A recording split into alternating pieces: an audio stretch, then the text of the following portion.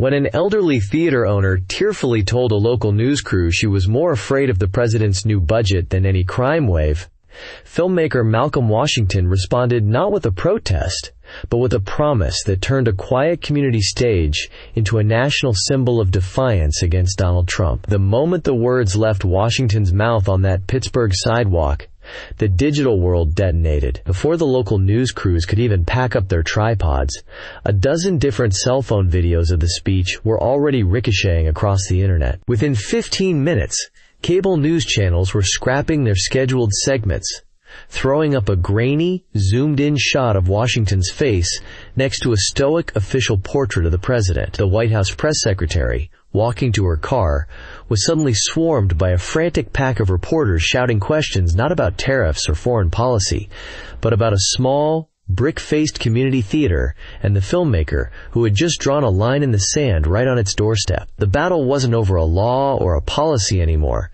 It was over a story. 3 days prior, the world felt entirely different. Inside a sweltering arena in Central Florida, the air was thick with the roar of thousands. Donald Trump stood at a podium, basking in the adoration. He had been speaking for over an hour, weaving through familiar grievances and triumphs. When he decided to veer off the teleprompter's script, he was talking about his administration's signature legislative achievement, the One Big Beautiful Bill Act, a mammoth piece of legislation that had reshaped the federal government. He leaned into the microphone, a conspiratorial grin spreading across his face. "You know the fake news? They cry and they cry," he began, the crowd already booing on cue. "They say, Donald Trump is cutting the things we love. They're talking about all the wasteful spending we got rid of, all the fat." He waved a dismissive hand. "Like the money we were sending to these artists." He said the word like it was a contagious disease. A rumble of laughter and agreement went through the crowd. "Billions of dollars. For what? For things you've never heard of, things you'd never want to see." He was in his element now, feeding off the energy. "We're talking about a waste of money for elites. They get your tax dollars to put on weird, terrible shows, plays nobody watches." The crowd erupted in a massive cheer. It was the perfect encapsulation of his message, them versus us. The hard-working, forgotten Americans versus the coastal, cultural elites who looked down on them. From the podium, Trump saw a sea of affirmation. This wasn't just a policy point. It was a cultural victory, another promise kept to his base. He couldn't imagine anyone, anywhere, thinking he was wrong. At that exact moment, 2,000 miles away, in the sterile quiet of a Los Angeles editing bay, Malcolm Washington was lost in another world. The only light came from the glow of 3 massive monitors, displaying silent, moving images from a documentary he was painstakingly piecing together. He was a man defined by his focus, by a near-monastic devotion to the craft of storytelling he had inherited and made his own. The outside world, with its noise and political churn, rarely penetrated the walls of this room. His phone, which had been on silent for 6 hours, was an afterthought. Finally, stretching his back, he took a break. He picked up the device and began scrolling, his mind still half occupied with shot composition and pacing. He bypassed the national news headlines, the outrage of the day. Instead, his eyes landed on a link in a group chat with college friends, a few of whom were from Pittsburgh. The message read, "This is heartbreaking, right in the Hill District." Curious, Malcolm tapped the link. It opened to the website of a local Pittsburgh news station. The video was raw, shot with a single camera. A young reporter, a man named Ben Carter, stood in front of a beautiful but weathered brick building. A heavy chain and a large padlock were wrapped around the handles of its double doors. The sign above read, August Wilson Community Theater. The reporter was speaking to an elderly woman with flyaway white hair and eyes that seemed to hold the weight of the whole neighborhood. Her name was Eleanora Vance. Her voice, thin but clear, trembled with a mixture of anger and despair. "My father opened these doors in 1968, she said, gesturing to the chained entrance. He believed this place was as important as a church or a library, a place for the community, for the children to learn their own stories, to see themselves on a stage. The reporter asked her about the closure. "The federal grant we've relied on for 50 years. It's gone," she explained, her voice catching. "The president's new budget. They said we weren't essential." Ben Carter, the reporter, then asked a final, gentle question. "There's a lot of concern about crime, about the economy. What are you most worried about right now?" Eleanor Vance looked away from the reporter, her gaze fixing on the chained doors of her family's legacy. She took a shaky breath. "I'm 81 years old. I've lived through riots and recessions. I've seen this neighborhood at its best and its worst. But I've never been this scared." She turned back, her eyes shining with unshed tears as she looked directly into the camera lens. "I'm more afraid of that new budget than any crime wave."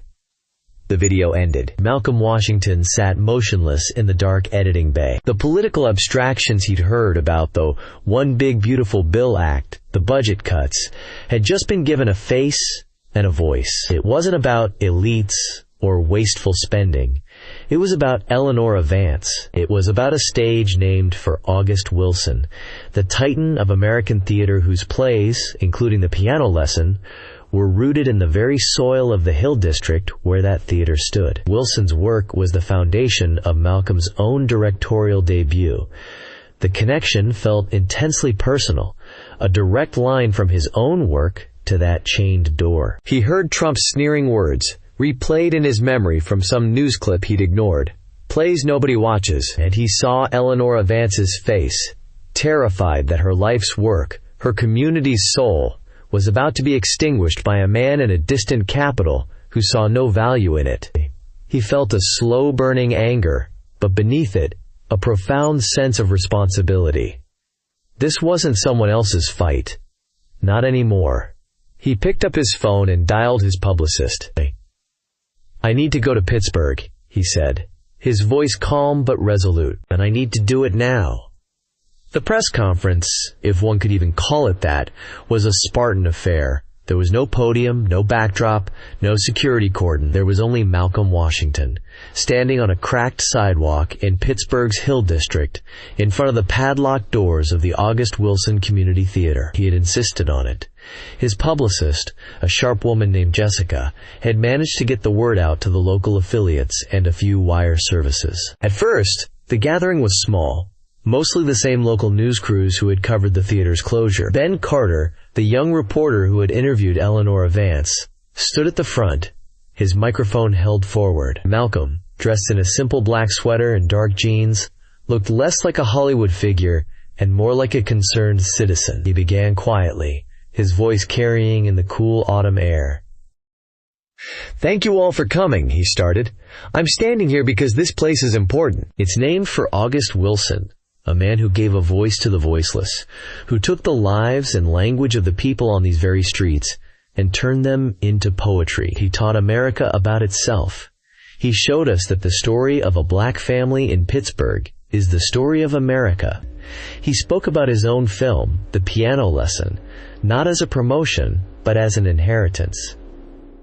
I've spent the last 2 years of my life living inside one of Mr. Wilson's stories. I know its power. And that power doesn't just belong on a movie screen. It belongs here." A reporter from the local paper raised her hand. "Mr. Washington, what is your reaction to the federal funding cuts that forced this theater to close?" Malcolm nodded. "I understand that governments have budgets and have to make hard choices," he said, his tone measured and respectful. "But we have to ask ourselves what we value as a society. Is a balance sheet the only way we measure worth? Is the only thing that matters what makes a profit?" Ben Carter stepped forward. "Sir, I spoke to the owner, Eleanor Vance, a few days ago. She said she was afraid. What would you say to her today?" The question hung in the air. This was the moment the temperature changed. Malcolm's gaze softened. He looked past the cameras, as if speaking directly to Miss Vance herself. "I would tell Miss Vance that her fear is valid, and that she is not alone," he said, his voice gaining a new intensity. "And I would tell her that fear is exactly what people want you to feel when they want to take something from you. They want you to feel small. They want you to feel powerless. They want you to believe that your stories, your history, your community don't matter." He then turned his attention to the bigger picture, his eyes sweeping across the reporters. The President of the United States, from a stage in Florida, called this a waste of money for elites. He mocked plays nobody watches. He let the words hang there, a stark and ugly contrast to the quiet dignity of the brick building behind him. "Let me tell you who watches," he continued, his voice rising with controlled passion. "The kid who feels invisible until he sees someone who looks like him on that stage and realizes he can be a hero. The senior citizen who lives alone and comes here not just for a play but for a family. The student who reads about history in a book but comes here and feels it in their bones. These are not elites. These are Americans, and their stories are the furthest thing from a waste." By now, the scrum had grown. Tipped off by alerts from the wire services, national news crews were arriving, their correspondents jogging the last few feet, microphones in hand. The clicking of cameras grew from a sporadic patter to a constant, frantic shuddering. A correspondent from a major cable network, having just arrived, pushed his way to the front. "Mr. Washington, it's a noble sentiment, but the President signed that bill into law. The money is gone. What can you, or anyone, actually do about it?" This was the challenge, a pragmatic, cynical question designed to end the conversation. Malcolm met the reporter's gaze. A flicker of something, not anger but resolve, hardened his expression. He took a deep breath. "You're right," he said, his voice now ringing with clarity, silencing the murmuring crowd. "I can't rewrite a law from this sidewalk. I'm a filmmaker, not a senator." He paused, letting the reality of the situation sink in before he completely shattered it. "But I can make a promise." He turned his body slightly, ensuring he was addressing every single camera, every lens that was now focused on him with rapt attention. "My film, The Piano Lesson, the story that was born right here in this neighborhood, opens nationwide in 2 weeks. So here is my promise to Miss Vance, to this community, and to anyone who believes that our culture is worth fighting for." He leaned forward, his voice steady and unwavering. "I will use the profits from the Piano Lesson's opening weekend to personally fund this theater for an entire year." A collective gasp went through the crowd of reporters. It was an audacious, unheard-of move. But he wasn't finished. He looked directly into the lens of the nearest network camera, as if it were a direct line to the Oval Office. "Mr. President," he said, the honorific delivered with cold, precise formality, "our stories are not for sale, and our history is not a waste." He delivered the final, devastating blow. "This stage is more valuable than any golf course." The silence that followed was deafening, lasting only a second before it was swallowed by an absolute explosion of shouted questions. "Mr. Washington, how much will that be? Have you spoken to the studio? What is your message for the White House?" But Malcolm Washington didn't answer. He simply gave a small, resolute nod to the reporters, turned his back on the ensuing chaos, and walked away, leaving a firestorm to erupt on a quiet Pittsburgh street. The car door slammed shut, a muffled thud against the wall of noise outside. Inside, Malcolm Washington leaned his head back against the cool leather, closing his eyes for a fraction of a second. His publicist, Jessica, was in the passenger seat, her phone pressed to one ear while her thumb furiously typed on another device cradled in her laps. "No, we have no further comment at this time," she said, her voice a tightrope of calm professionalism. "Just use the statement from the sidewalk. Yes, the full thing." The car lurched forward, inching its way through the media swarm that now engulfed the street. People were knocking on the windows, holding up cell phones, their faces distorted through the tinted glass. It felt less like a press conference and more like an escape. The digital firestorm had its own ferocious logic. The first wave was pure, unadulterated velocity. The video, shot from a dozen angles, was everywhere. It was a 60-second clip on TikTok, a 5-minute segment on YouTube, a trending moment on Twitter. Then came the second wave, interpretation. On one cable network, a split screen showed Malcolm's passionate face next to a panel of grim-faced analysts. "An incredible act of civic leadership," one declared. On another channel, the narrative was already being twisted. "This is classic Hollywood hypocrisy," a commentator with a practiced scowl insisted. "A millionaire elitist, whose father is one of the biggest movie stars in the world, trying to lecture hard-working Americans on where their tax dollars should go. The third wave, the most personal and vicious, was already flooding Malcolm's own devices. He made the mistake of looking at his phone. The notification bar was a solid, unrelenting stream of mentions, tags, and messages. He opened one, then another. The words swam before his eyes, a toxic sludge of digital hate. There were the predictable insults, the racist slurs, the accusations of being woke and un-American. But then there were the threats, specific and chilling. One message included a satellite image of his production company's office with a red circle around it. Another described in graphic detail what they would do if he ever showed his face in real America again. He felt a cold knot tighten in his stomach. This wasn't a debate about art anymore. It was a declaration of war. The inevitable presidential response came just after 10 p.m. that night. It arrived not through a press secretary or an official statement, but in a raw, unfiltered blast on social media. From his personal account, Donald Trump posted, "Hollywood phony Malcolm Washington, who only has a job because of his daddy, is attacking me to get publicity for his boring woke movie. Bad. He talks about his little theater that nobody goes to, but my beautiful golf courses are majorly successful businesses that employ thousands of patriotic Americans. The fake news will never tell you that. His movie will bomb. America first." Malcolm read the post twice. He felt a strange sense of detachment, as if watching a character in a film get attacked. The mention of his father was a low, predictable blow, designed to invalidate his entire career.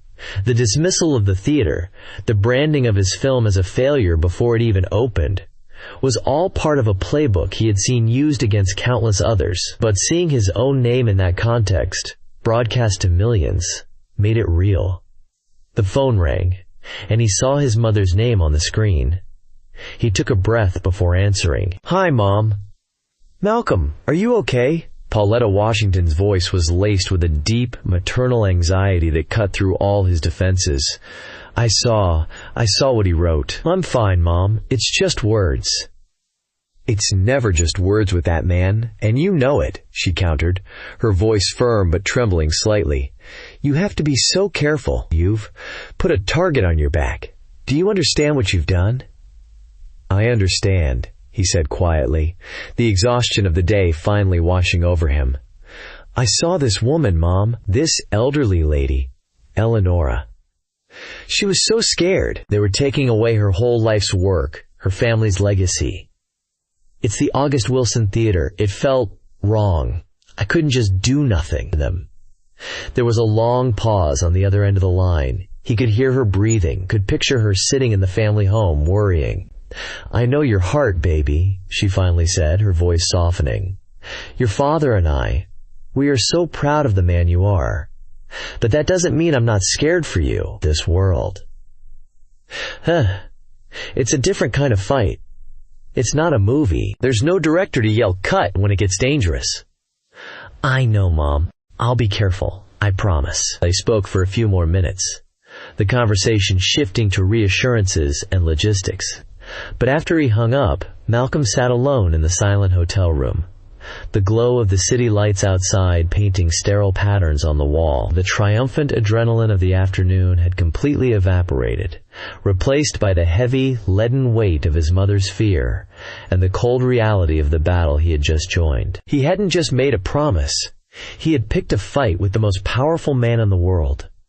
And for the first time, he felt the profound, isolating cost of his own conviction. For the next week, the story was stuck in a predictable and brutal trench war. The battle lines were drawn exactly where one would expect. The right-wing media ecosystem followed the president's lead, hammering away at the narrative of a nepotism baby and Hollywood elite. Memes circulated showing Malcolm's face photoshopped onto a silver spoon. His film was review bombed on rating websites by people who hadn't seen it. On the other side, liberal commentators and celebrities rallied to his cause. Talk show hosts praised his courage. Fellow artists started a hashtag #StoriesAreEssential. But it was all just noise in a polarized echo chamber. The debate wasn't expanding. It was hardening. Trump was successfully framing the conflict as another round of the culture war, a battle between his real America and the coastal artists who disdained it. The nuance of Malcolm's argument that community arts are a public good, not a luxury, was being completely lost in the partisan crossfire. It seemed the story would burn hot and fast, then fade away, with nothing fundamentally changed. And then, on a quiet Tuesday morning, an unexpected voice entered the fray. The move came not on television or social media, but in the staid, respectable opinion section of the Wall Street Journal. The author was Harrison Croft, a former Republican senator from Ohio. Croft was a relic from a different era of politics, a deeply conservative intellectual and a decorated veteran. He had served 3 terms before retiring. Disgusted with the new direction of his party, he was a man of immense, quiet integrity, known for his belief in fiscal discipline, a strong national defense, and the importance of civic institutions. He had remained almost entirely silent throughout Trump's presidency, his silence widely interpreted as a dignified dissent. The headline of his op-ed was simple and arresting: "On Budgets and Beauty, What We Risk When We Devalue Our Culture." The piece began on familiar conservative ground. "As a lifelong fiscal hawk," Croft wrote, "I believe that every dollar of taxpayer money must be scrutinized with rigorous, unsentimental clarity. Government has a solemn duty to be a prudent steward of the people's resources, and waste, in any form, is a betrayal of that public trust. On this, I imagine the President and I would find little to disagree on."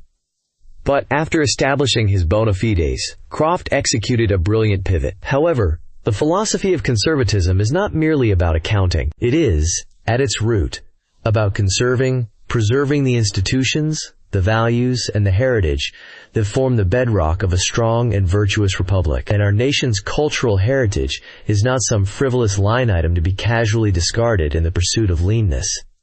It is the very soul of our country. He never once mentioned Donald Trump by name, a choice that gave the piece immense power. The critique was implicit, aimed not at a man but at a worldview. A society that believes a community theater is a waste, but an empty casino is a sound investment, has lost its moral compass, Croft argued. The former builds character, fosters community, teaches history, and instills the kind of discipline and collaborative spirit that are the hallmarks of a healthy citizenry. The latter, too often, preys on weakness and leaves ruin in its wake. To devalue one in favor of the other is not fiscal conservatism, it is cultural vandalism. He wrote about the importance of stories, of shared narratives that bind a diverse nation together. He argued that to deny children in a place like Pittsburgh's Hill District access to the legacy of a genius like August Wilson was to rob them of their own American birthright. He ended the piece with a passage that would be quoted on every news network for the next 24 hours. "A nation that forgets how to tell its own stories, in all their complexity and pain and glory, is a nation that has lost its way. It is a nation adrift, with no anchor to its past and no guide to its future." The recent passionate gesture by a young filmmaker, Mr. Malcolm Washington, was more than just a pledge of funds. It was a stark reminder of a fundamental truth. A country's greatness is not measured solely by its gross domestic product or the height of its buildings, but by the richness of its spirit and the depth of its soul. The op-ed landed like a precision-guided missile. It completely shattered the partisan frame Trump had built. This was not a liberal Democrat attacking the president. This was a revered conservative elder calling his own side back to its first principles. On cable news, the conversation changed instantly. Panels that had been arguing about Hollywood elites were now debating the meaning of conservatism. Other prominent, old-guard Republicans, who had been privately dismayed by Trump's coarseness but too afraid to speak out, suddenly felt they had permission to agree. A former governor praised Croft's moral clarity. A respected conservative columnist wrote that Croft had reminded the party of who it used to be. The White House was caught completely flat-footed. To attack Harrison Croft would be to attack a conservative icon. To ignore him would be to cede the intellectual high ground. For the first time, the narrative was no longer about Malcolm Washington versus Donald Trump. It was about a shallow, transactional vision of America versus one rooted in history, culture, and soul. The fight had a new champion. and the ground had fundamentally, irrevocably shifted. In his Pittsburgh hotel room, Malcolm Washington watched the television, not listening to the words but to the tone. The cable news commentators, who just yesterday had been framing him as a political combatant, were now speaking in the measured, serious cadences usually reserved for discussions of policy and statecraft. On the screen, they showed a photo of the stern, dignified face of Harrison Croft next to an excerpt from his op-ed. Malcolm's publicist, Jessica, stood by the window, a rare, genuine smile on her face as she scrolled through her tablet. "You see what he did?" she said without looking up. "He didn't just defend you. He gave every moderate Republican and apolitical business leader in the country a permission slip to agree with you. He changed the language. This isn't about Trump anymore. It's about American values." Malcolm read Croft's op-ed for a third time. He had never met the man, had only known him by his formidable reputation. To have this person, a pillar of the very establishment he had been accused of attacking, step in and validate his argument on a philosophical level was deeply humbling. It confirmed what he had felt standing on that sidewalk. This was bigger than him. It wasn't about his movie or his celebrity. It was about a fundamental principle that was being eroded. As the premiere of the piano lesson approached, the studio grew nervous. They urged him to stay quiet, to let the controversy die down, and focus on promoting the film. But Malcolm knew he had one more thing to say. He needed to make a final statement, not to win the argument or to land another blow, but to define the principle he was fighting for, clearly, and without the static of political combat. He wouldn't do it on a red carpet or in a tense television interview. He would do it on his own terms, in his own medium. 2 days later, a video appeared online. There was no fanfare, no press release. It was posted directly from Malcolm's own accounts. The video was 3 minutes long. It opened on a close-up of dusty floorboards, then slowly tilted up. Malcolm Washington was sitting on a simple wooden stool in the middle of a bare stage. The only light was a single, soft spotlight from above, illuminating the empty space around him. Behind him, in the shadows, you could just make out the dark, silent rows of theater seats. He was back at the August Wilson Community Theater. Eleanor Vance had let him in. "Hello," he began, his voice calm and direct, stripped of all anger. "I'm sitting on the stage of the August Wilson Community Theater in Pittsburgh, Pennsylvania. A few days ago, this place was locked. And a lot has been said about why. I wanted to thank Senator Harrison Croft for his eloquent words.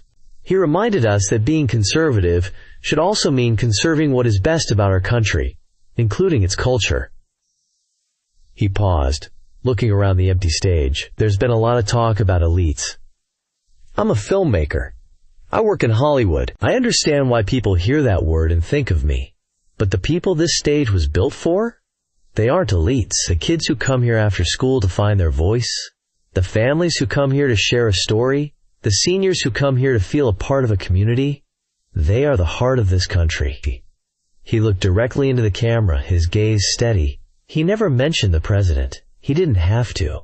"We've gotten confused about what value is. We're told that value is a number on a stock market ticker, or the square footage of a building, or the profit margin in a quarterly report. And all those things have their place, but they are not the only things that matter. The value of a place like this can't be put on a balance sheet. The value is in the connection.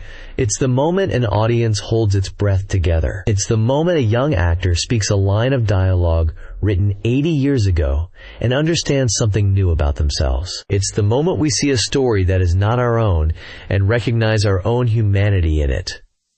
He leaned forward slightly. "That's the practice of empathy, and a theater is a gymnasium for empathy. We are out of practice.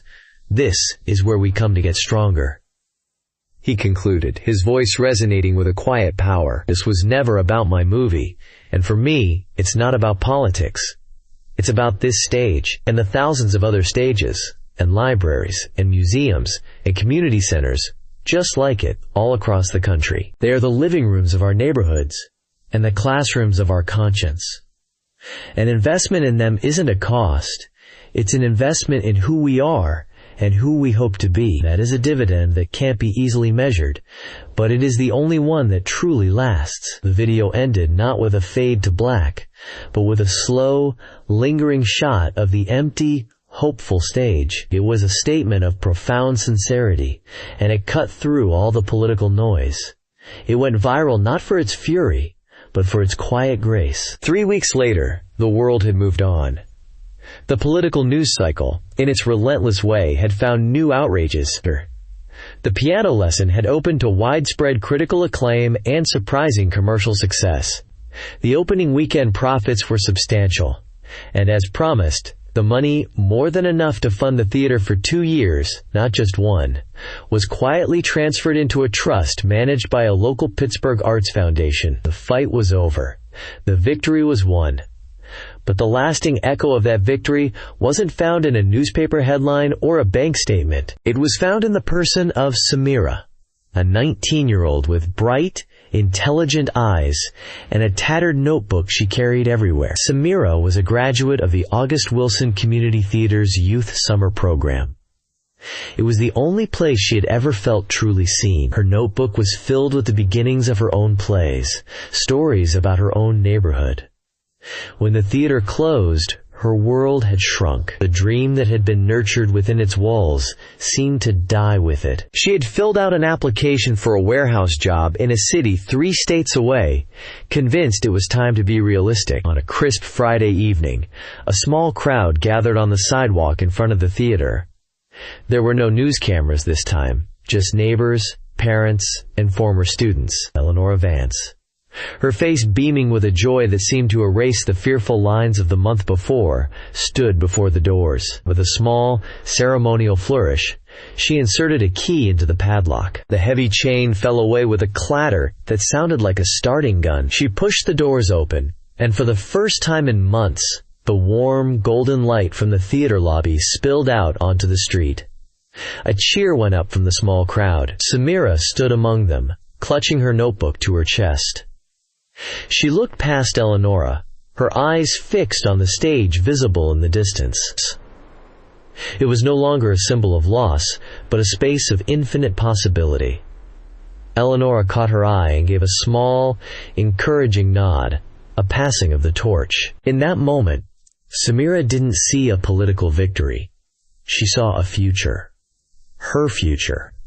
The echo of Malcolm Washington's promise wasn't the silence of a defeated opponent, but the excited, hopeful chatter of a community reclaiming its living room, and the silent vow of a young playwright who now knew her stories were, and always would be, essential. What is the true measure of a nation's wealth? Is it found in its economy or in its culture? Let us know your thoughts in the comments below. And for more stories about the people who stand up for what matters, don't forget to like and subscribe.